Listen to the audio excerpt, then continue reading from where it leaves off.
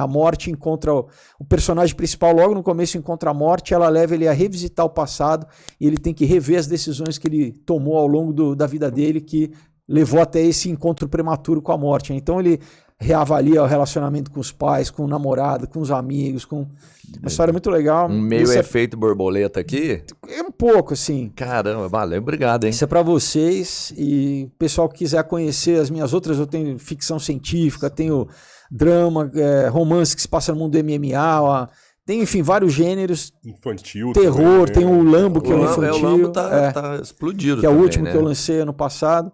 E tá lá no meu site, o pessoal pode entrar, é felipefalgozzi.com. Não é pela Amazon, não é por Mercado Livre, não, é diretamente comigo. Ou também mandando um direct no meu Instagram, eu respondo com o maior prazer, envio com dedicatória, com autógrafo.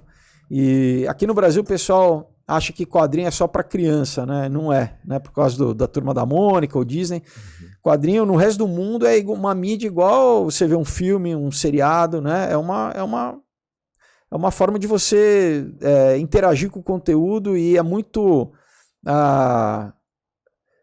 muita gente nunca leu o quadrinho, compra comigo pela primeira vez e depois me escreve falando: poxa, eu não imaginava que era tão interativo, que eu ia me emocionar. Adulto falando, homem, mulher, que eu ia, né? É como se é tão imersivo quanto um filme, quanto um seriado. Então, vale a pena aí. Convido o pessoal a conhecer. Cara, e tem uma parte legal disso aí, que assim, a galera que vai adquirir, é importante, cara, assim, a galera hoje acostumou, às vezes vai numa plataforma comprar, buscar e não vai encontrar. Mas é muito mais importante quem gosta, quem coleciona, quem curte a parada, buscar direto, porque é uma forma de expandir também o seu canal, você percebe? Sim, porque sim. você pega um quadrinho desse, que você fala aí das dificuldades que um jovem passar e fatalmente todo mundo deveria estar numa faculdade em um determinado momento, cara, é disruptivo, às vezes você vive uma situação... Você percebe e fala assim: nossa, eu já tinha visto isso num quadrinho. Cara, é informação também, sabe? Só que ela é leve, ela é empolgante. E você tem que fazer as coisas crescerem. Aqui no Brasil tem muito da facilitação de oportunidades. Cara, às vezes, não gasta o tempo dele para ir lá na sua plataforma e ajudar de forma direta mesmo um cara que tá fazendo um bom trabalho. Então, quem tiver aqui tem que ir lá e ajudar os caras que fazem boas coisas.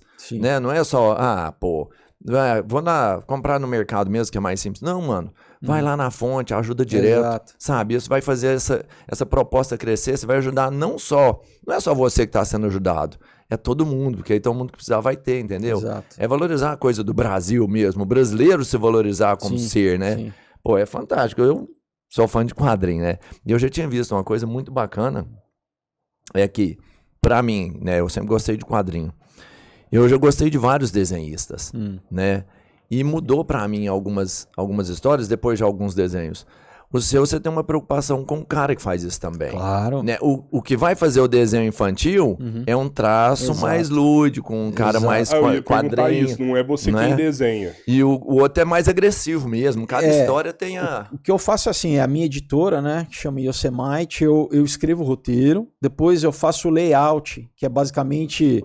um storyboard do número de quadros na página, né? Que isso eu mando para os desenhistas, e daí eu contrato o desenhista que desenha muito melhor do que eu, gente que inclusive trabalha para o mercado americano, para Marvel, para DC, para o mercado europeu, né? Que a gente aqui no Brasil tem muita mão de obra boa, excelentes desenhistas, e aí eu vou desenvolvo junto, né? Aprovo página por página. Eu estou fazendo agora o 8º quadrinho, eu estou produzindo para lançar no final do ano, e estou nesse processo, todo dia, né? O desenhista me manda, olha, tá aprovado, né? Não, mas ele tem esse guia que eu dou, que é o layout, né?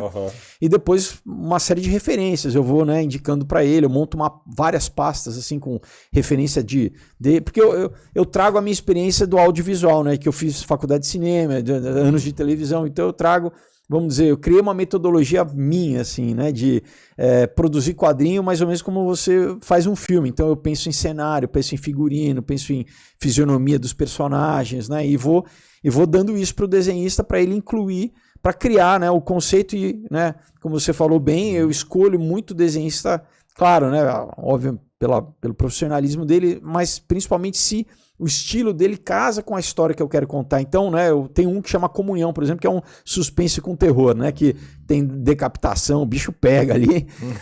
Mas eu escolhi um desenhista chamado J.B. Bastos, que já desenhava para uma editora americana de quadrinhos de terror. Então ele já tinha pegada, ele já tinha linguagem, né? Ele já né, quando eu vi o traço dele, eu falei, não, e ainda mais a temática que ele já estava acostumado a desenhar, eu falei, é esse cara. Você é o cara para esse trabalho. Exato, né? Então, a cada trabalho eu busco, né, por exemplo, o Lambo, né, que a gente falou agora, que é a história de um cachorrinho, que já é para toda a família, né? Eu falo que é mais ou menos como o desenho da Pixar, que o adulto assiste e entende no nível do adulto, e a criança assiste e entende no nível da criança, né? Então, o Lambo também, mas aí peguei um desenhista chamado Adalberto Gonçalves, que é um craque, né? Que já desenhava também quadrinho para criança, né? Então ele é infantil e já tem um traço mais de cartoon, que a gente chama, que não é tão realista, né?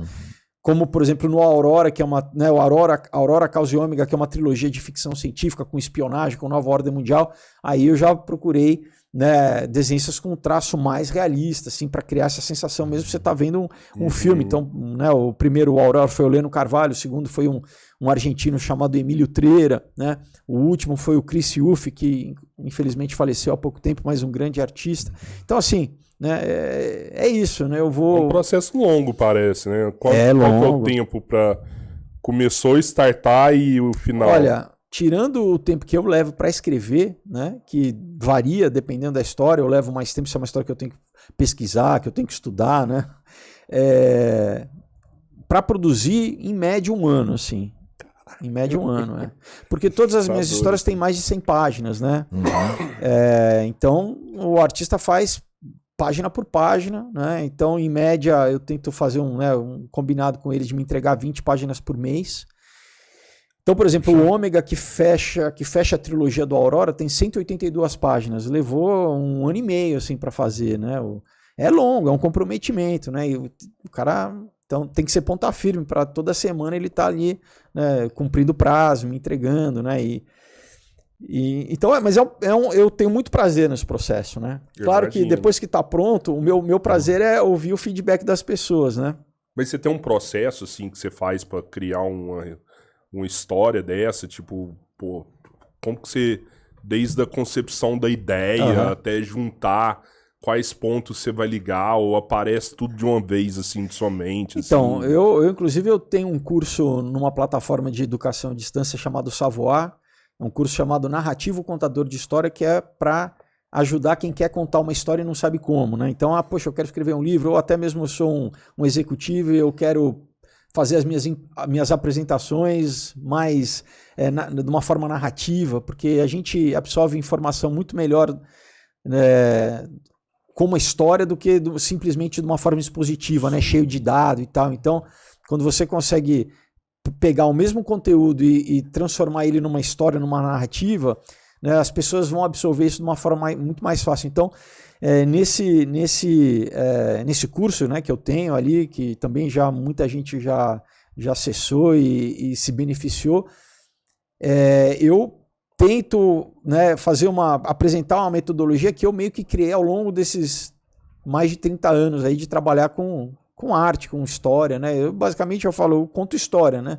Sendo ator, eu conto história com o meu corpo, ou com quadrinho ou com roteiro, né? Eu lancei um filme esse ano na Netflix, que ano passado saiu no cinema, e esse ano chama Rodeio Rock, que é um roteiro que o Lucas Luco, a Carla Dias, que eu escrevi também. Então, né, minha primeira história que vai direto para o cinema, né?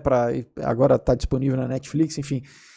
Então é isso, assim, é uma coisa que faz parte do ser humano desde que, né, o homem ali na pré-história estava em volta sentado em volta de uma fogueira, contava história, porque é assim que a gente, vamos dizer, repensa a nossa vida, a gente repensa a história, a realidade, né? Você cria, na verdade, a história de um povo, você cria, né, a história coletiva e a história individual de cada um, né? Da nossa própria história, da nossa vida, da nossa família.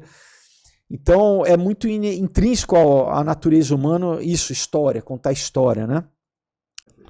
Fala aí, galera. Esse mês a gente tá dando até R$8.000 pra você fazer cortes do podcast Três Irmãos e viralizar na internet. Quer aprender como? O link tá na bio, clica aí.